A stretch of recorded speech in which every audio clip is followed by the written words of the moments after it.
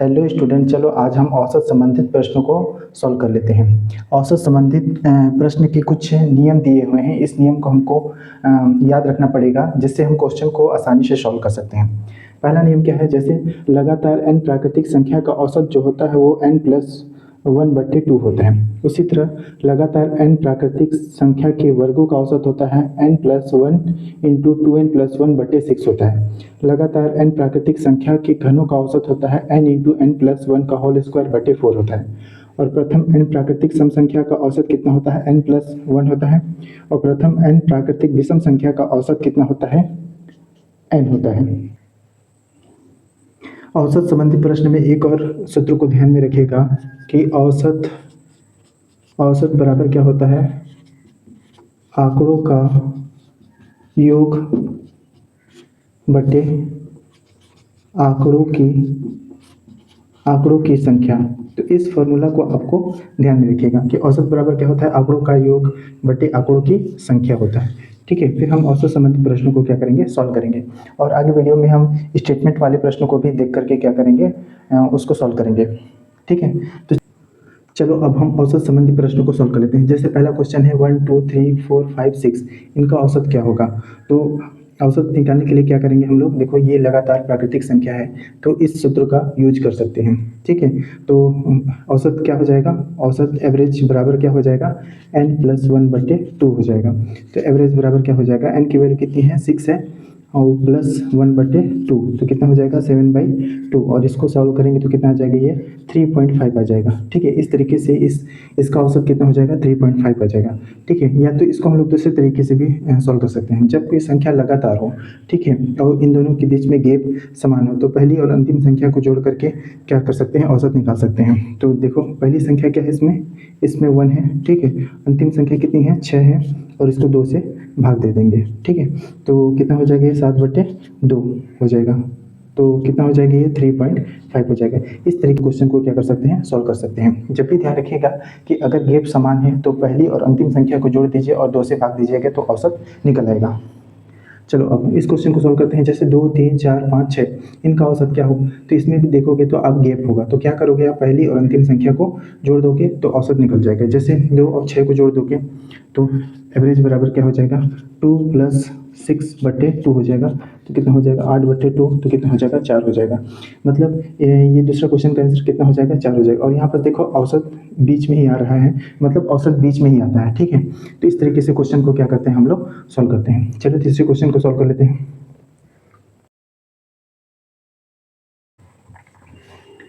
तीसरा क्वेश्चन है 1² 2² 3², इनका औसत क्या होगा। तो वर्गों का औसत निकालने के लिए हम लोग इस वाले फार्मूला का यूज़ करते हैं। तो एवरेज बराबर क्या हो जाता है, n+1। ठीक है, फिर क्या हो जाता है, 2n+1 कितना हो जाता है, 6 होता है। यहाँ पर n की वैल्यू कितना दी है, 3 है, तो 3+1 हो जाएगा। और यहाँ पर कितना हो जाएगा, 2 इंटू 3+1 हो जाएगा, और बट्टे कितना हो जाएगा, 6 होगा। आगे सॉल्व कर सकते हैं तो 3 1 4 हो जाएगा, और 2 3 6 6 कितना होता है, 7 होता है, और बट्टे कितना हो जाएगा, 6। इसको और आगे चल करके सोल्व करेंगे तो ये 2 से जाएगा, और ये कितना से जाएगा, 3 से जाएगा। तो 7 दूना कितना हो जाएगा, 14 हो जाएगा। 14 हो जाएगा, और 14 को कैसे डिवाइड करेंगे हम लोग, 3 से डिवाइड करेंगे तो कितना आ जाएगा ये, तो ये आ जाएगा लगभग का 4.6। तो इनका औसत कितना हो जाएगा, 4.6 हो जाएगा।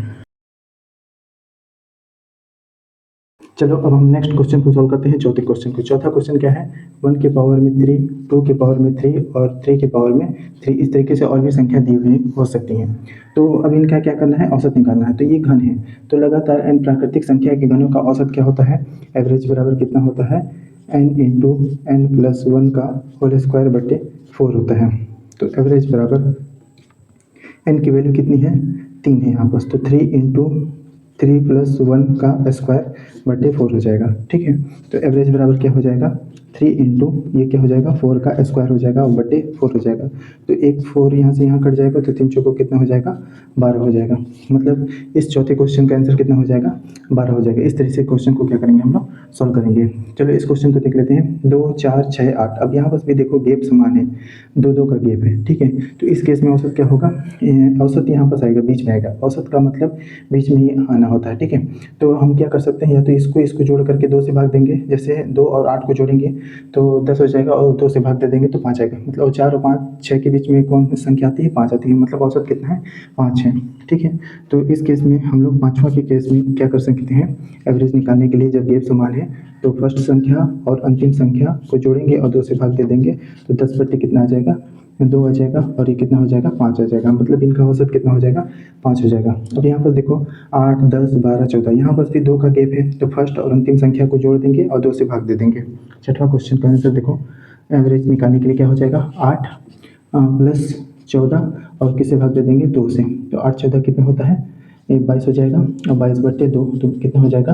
11 हो जाएगा। मतलब इनका औसत कितना हो जाएगा? 11 हो जाएगा। और औसत बीच में आता है। अब देखो बीच यहाँ पास आएगा तो 10 और 12 के बीच में कौन आती है? 11 आती है। तो डायरेक्ट भी ऐसे भी हम इस क्वेश्चन को क्या कर सकते हैं? सॉल्व करते हैं। चलो अब हम नेक्स्ट क्वेश्चन को सॉल्व करते हैं।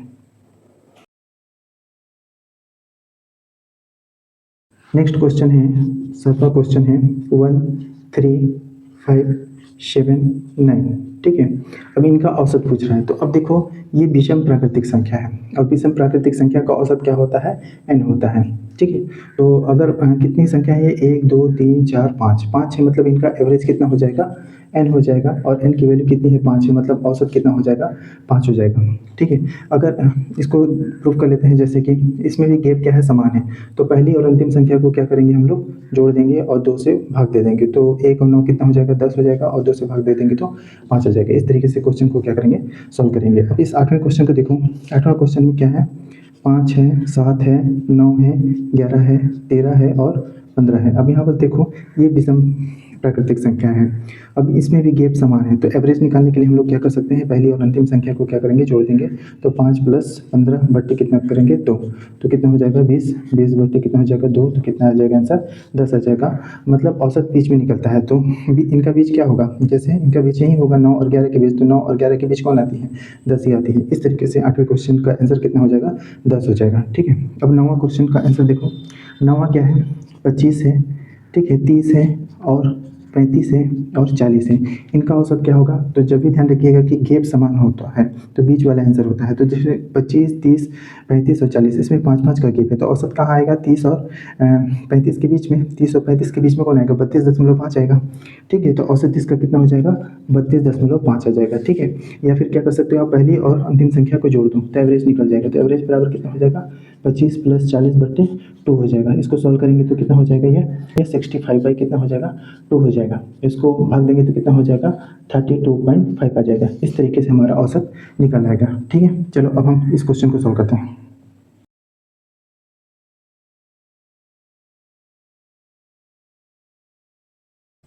10वां क्वेश्चन है 32, 36, 40 और 44 इनका औसत ज्ञात करना है। तो अब यहाँ पर देखो, अब यहाँ पर 4-4 का गैप है। 4-4 का गैप है, मतलब औसत क्या निकलेगा? 36 और 40 के बीच में निकलेगा। तो 36 और 40 के बीच में कौन आएगा? 38 आएगा। इस तरीके से इस क्वेश्चन का आंसर कितना हो जाएगा? 38 हो जाएगा। ठीक है, तो हम डायरेक्टली भी क्या कर सकते हैं? सॉल्व कर सकते हैं। लेकिन अगर एवरेज निकालना है तो क्या कर सकते हैं हम लोग? देखो पहली और अंतिम संख्या को जोड़ देंगे। तो पहली और अंतिम संख्या कौन है? 32 और कितना है? 44 है। तो 32 + 44 बट्टे कितना लिखेंगे? 2। तो अब इसको जोड़ेंगे तो कितना हो जाएगा? 4 2 6 हो जाएगा और 4 3 कितना हो जाएगा? 7 हो जाएगा। ठीक है, अब इसको 2 से भाग दे देंगे। तो 2 से भाग देंगे तो कितना आ जाएगा? 2 3 6 आ जाएगा, 2 8 16 आ जाएगा, 38 आ जाएगा। इस तरीके से क्वेश्चन को क्या करते हैं हम लोग? सॉल्व करते हैं। तो ये औसत संबंधित कुछ प्रश्न दिए हुए हैं जिनको हम सॉल्व किए हैं और ये औसत संबंधित कुछ नियम दिए हुए हैं जिनको हमको याद रखना जरूरी है। ठीक है, चलो पहले इस नियम को एक बार और मैं बता देता हूँ। जैसे लगातार n प्राकृतिक संख्या का औसत क्या होता है? n+1/2 होता है। लगातार n प्राकृतिक संख्या के वर्गों का औसत होता है n+1 कोष्टक में 2n+1/6 होता है। और लगातार n प्राकृतिक संख्या के घनों का औसत होता है n × n+1 का स्क्वायर/4 होता है। और प्रथम n प्राकृतिक सम संख्या का औसत होता है n+1। प्रथम n प्राकृतिक विषम संख्या का औसत होता है n होता है। इस तरीके से औसत संबंधी ये कुछ नियम है, इसको आपको याद रखना पड़ेगा। फिर आप क्वेश्चन को आसानी से सॉल्व कर सकते हैं। ठीक है, अभी मैंने ये नॉर्मल क्वेश्चन रखे थे, आगे चल करके हम स्टेटमेंट वाले क्वेश्चन को भी सॉल्व करेंगे। ठीक है, चलो अब हम औसत संबंधी प्रश्न को सॉल्व करते हैं। यहाँ पास मैंने 2 क्वेश्चन दिए हुए हैं, इन दोनों क्वेश्चन को पहले सॉल्व करते हैं। जिससे पहला है, ठीक है, पहला क्या है? 8 अंकों का औसत ए है। तो 8 अंकों का औसत ए है तो 8 अंकों का योग कितने हो जाएगा? 8a हो जाएगा। ठीक है, क्योंकि आंकड़ों का योग बराबर आंकड़ों की संख्या होता है, तो आंकड़ों का योग बराबर क्या होता है, औसत का गुणा हो जाता है आंकड़ों की संख्या से। और इसमें क्या बोला जा रहा है कि 4 अंकों का औसत बी है, तो 4 अंकों का योग कितना हो जाएगा, 4b हो जाएगा, और शेष 4 अंकों का योग कितना हो जाएगा, 4c हो जाएगा। कहने का मतलब है कि ये दोनों मतलब 4b प्लस 4c बराबर है किसके, 8a के। यही स्टेटमेंट बनेगा इस बेस पे। तो अब इसको देखते हैं, सॉल्व करते हैं। तो 8a बराबर 4 पक्षांतर हो जाएगा और क्या हो जाएगा, b प्लस c हो जाएगा, और यहाँ से ये कितनी बार में कटेगा, 2 बार में। तो 2a बराबर कितना हो जाएगा, b प्लस सी। ठीक है, तो इस टाइप से समीकरण हमको कहाँ दिख रहा है, ये वाला दे रहा है, मतलब ये वाला दिख रहा है, मतलब पहले क्वेश्चन का आंसर क्या हो जाएगा, ये हो जाएगा। इस तरीके से हम लोग क्या करेंगे, क्वेश्चन को बहुत ही ईजी तरीके से सॉल्व किया है। ठीक है, चलो अब इस क्वेश्चन को देख लेते हैं, दूसरा क्वेश्चन को। दूसरा क्वेश्चन क्या है, 5 अंकों का औसत 27 है। तो 5 अंकों का औसत 27 है, तो योग कितना हो जाएगा, तो 5 का मल्टीप्लिकेशन कर देंगे 27 से कर देंगे, तो कितना हो जाएगा, देखो 20 25 100 7 बना 35, मतलब 135 हो जाएगा। ठीक है, और उसमें एक अंक को बाहर कर दिया जाता है, एक अंक को बाहर कर दिया जाता है मतलब अंक 4 हो जाता है, तो उनका औसत 25 हो जाता है। तो 4 अंक का औसत योग कितना हो जाएगा, तो 4 इंटू कितना हो जाएगा, 25 बराबर कितना हो जाएगा, ये 100 हो जाएगा। अब इसमें देखो ये डिफरेंस देखो, जो अंक बाहर किया हुआ है वही तो है, तो वो अंक कौन सा है, तो 135 पे 100 घटाओगे तो कितना हो जाएगा, 35 हो जाएगा। मतलब इस क्वेश्चन का आंसर कितना हो जाएगा, 35 हो जाएगा। इस तरीके से क्वेश्चन को क्या करेंगे हम लोग, सॉल्व करेंगे। ठीक है, चलो कुछ और क्वेश्चन को देखते हैं और सॉल्व करते हैं।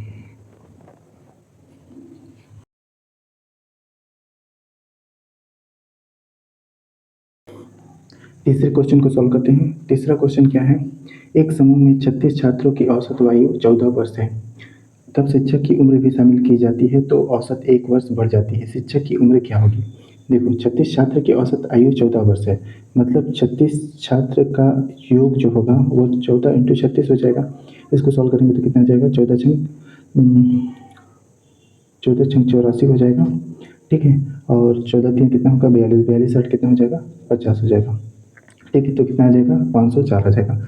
अब देखो उसमें शिक्षक की उम्र भी शामिल की जाती है, शिक्षक की उम्र शामिल की जाती है, तो मतलब संख्या कितनी हो जाएगी, 37 हो जाएगी, और औसत 1 बढ़ जाएगा।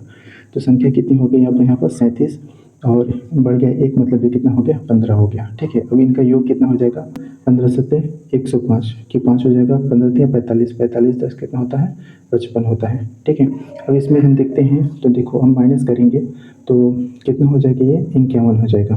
ठीक है, मतलब इस क्वेश्चन का आंसर कितना हो जाएगा, 51 हो जाएगा। इस तरीके से क्वेश्चन को क्या करेंगे हम लोग, सॉल्व करेंगे। ठीक है, चौथे क्वेश्चन को सॉल्व करते हैं। चौथा क्वेश्चन क्या है, 3 लड़कों की औसत आयु 24 साल है। ठीक है, यदि इनकी आयु का अनुपात 3:4:5 हो, तो कम उम्र के लड़के की आयु क्या होगी, कम उम्र वाला कौन होगा, यही वाला होगा। ठीक है, इसमें एक्स की वैल्यू जो भी होगी, तो 3 लड़कों की औसत आयु कितना है, 24 साल है, तो उनका योग कितना हो जाएगा, तो 24 का गुणा अगर हम 3 से कर देंगे तो उनका योग ज्ञात हो जाएगा। तो 3 चौको कितना हो जाएगा, 12, 3 दूना 6, 6 कितना हो जाएगा, 7, मतलब 72 आ जाएगा। अब ये 72 इनकी योग के बराबर है। ठीक है, तो अब हम क्या कर सकते हैं, इसको ऐसे कर सकते हैं, 3x plus 4x plus 5x बराबर कितना लिख सकते हैं, 72। ठीक है, तो 4 3 7 7 5 12, मतलब ये 12x बराबर कितना आ गया, 72। तो x बराबर कितना आ जाएगा, ये 72/12 हो जाएगा, तो आंसर कितना आ जाएगा, यहाँ पर 6 हो जाएगा। x की वैल्यू 6 आ गई। तो कम उम्र के लड़के की आयु क्या होगी, तो कम उम्र वाला कौन दिख रहा है, ये 3 दिख रहा है, मतलब ये 3x है, तो 3x। ठीक है, तो 3 इंटू 6 करेंगे तो कितना आ जाएगा, 18। ठीक है, इस तरीके से कम उम्र की लड़की की आयु कितनी होगी, 18 होगी।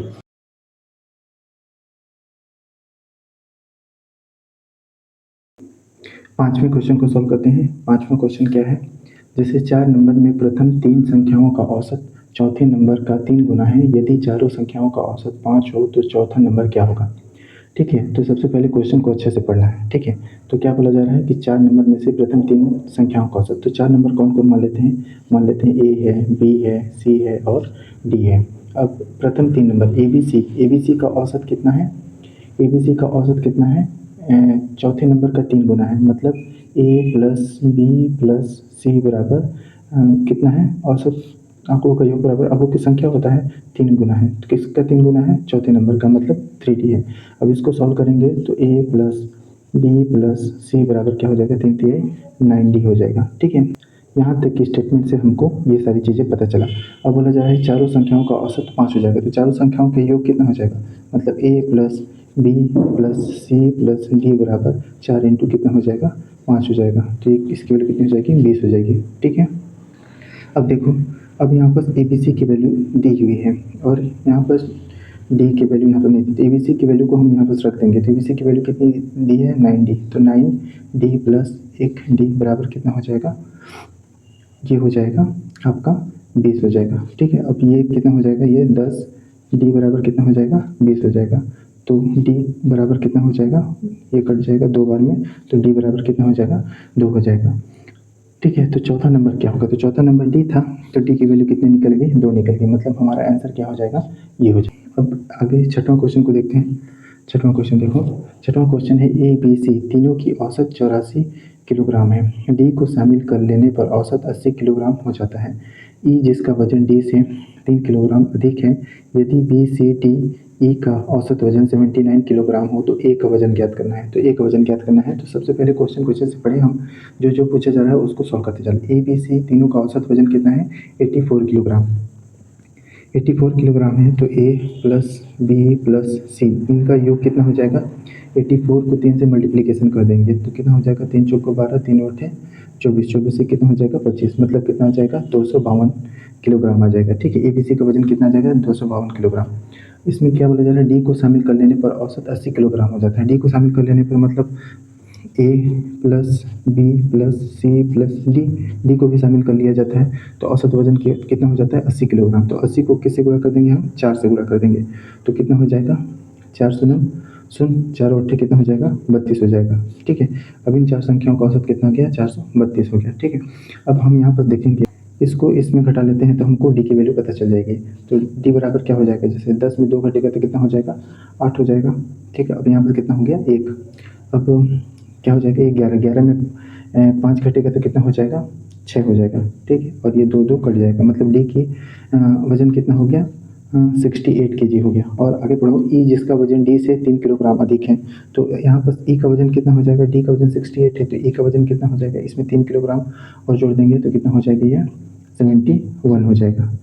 ठीक, इस तरीके से देखते हैं। फिर उसके बाद देखते हैं, यदि बी सी डी और ई का औसत वजन 79 किलोग्राम हो तो ए का वजन ज्ञात करो। अब किसका औसत वजन बोल रहा है, बी सी डी और ई का, मतलब B plus C plus D plus E, इसका औसत वजन कितना है, 79 है, तो योग कितना हो जाएगा, 79 को किससे गुणा कर देंगे हम, 4 से गुणा कर देंगे, तो 4 9 कितना हो जाएगा, 36, और 4 7 कितना हो जाएगा, 28, और 28 3 कितना हो जाएगा, 31, 316 हो जाएगा। ठीक, अब देखो यहाँ पर देखो, अब यहाँ पर देखो डी और ई की वैल्यू दी हुई है, तो डी और ई की वैल्यू दी हुई है, तो मतलब यहाँ पर बी प्लस सी बराबर क्या हो जाएगा, इन दोनों को जोड़ देंगे तो कितना हो जाएगा, 8 1 कितना हो जाएगा, 9 हो जाएगा, 7 6 13 हो जाएगा, मतलब 139 हो जाएगा।